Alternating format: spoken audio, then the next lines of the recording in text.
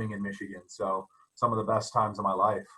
I mean, speaking about great moments and great Mull moments, I have to ask you, how ridiculous is it that if someone was to open up the Michigan swimming record board, just the record book right now, and they turn to the 15-16 boys page, and they scroll down to the 200 butterfly, it says Ian Mull, 1990, Spartan Aquatics, 20300. It's 2020, Cameron. That record has stood for 30 years. I mean, what? That's amazing. I mean, if I was to ask you, you know, you mentioned his work ethic earlier, and I want to get a quote from, you know, from you and Alec about each of your brothers. You know, you talk about Ian. Like, what do you say? Ian was unique. I mean, you know, his motivation was different than mine and Alex. I think Alex's motivation was, I think, to win. You know, he had the kind of that more machismo side where he wanted to prove himself and prove that he was the best. Whereas, you know, Ian was more of that Zen swimmer, and I was listening to his interview with you as well, and how he really wanted to establish that relationship with the water, and he wasn't really out there to prove to anyone but himself how fast he was, and just improving that relationship with the water and being able to just move more efficiently through the water was his goal, you know. And so, you know, having someone like that with an immense work ethic, you know, helped me learn how to train, because it takes practice on how to train and how to deal with pain. And so I was lucky to be able to have that, that as a role model as well.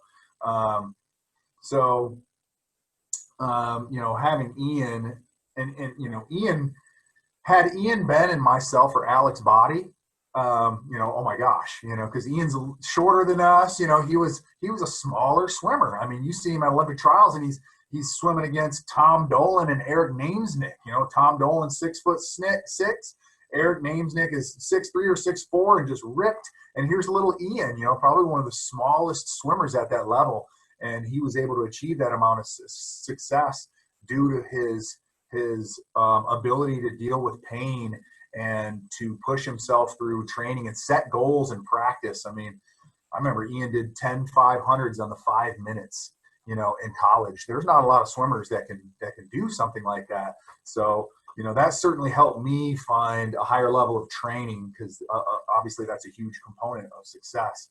So, you know, I heard the 10th one was 436. That's correct. That's correct. Yep.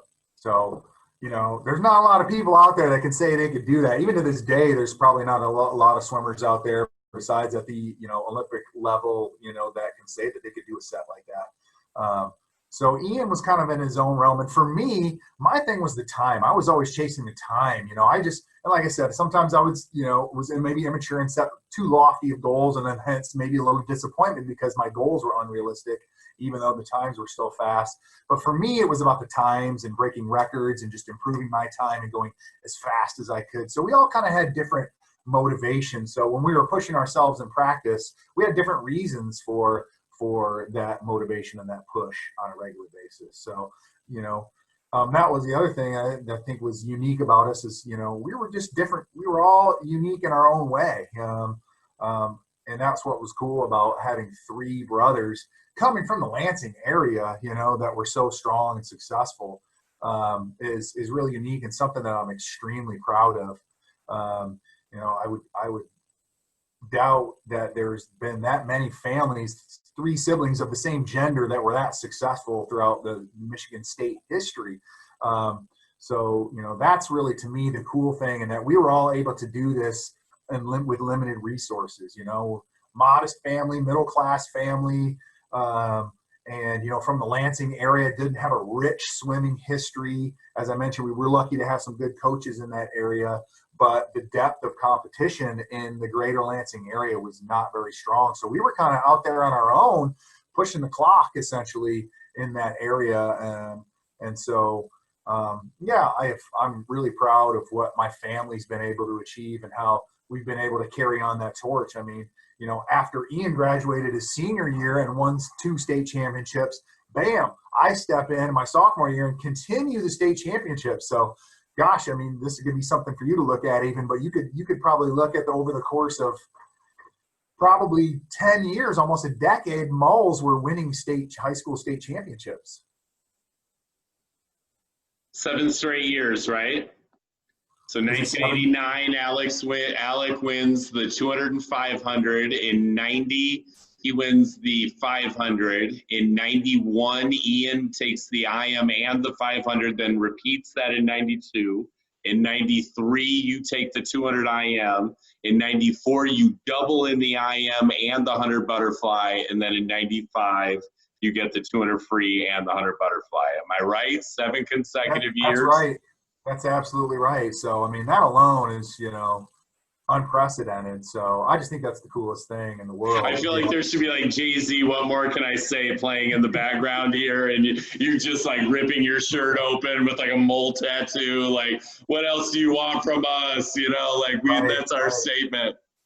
7 years of domination. You know, I think that's really cool to be able to continue that legacy. And like I said, I'm super proud to be able to, you know, have that opportunity to, after Ian, continue that legacy for the next 3 years until I graduated. So, and then now to see, you know, my niece Lola, you know, also dominating the sport and being high school state champion. I think she won the 500 free 3 years in a row, you know, so it's in our blood. What can I say?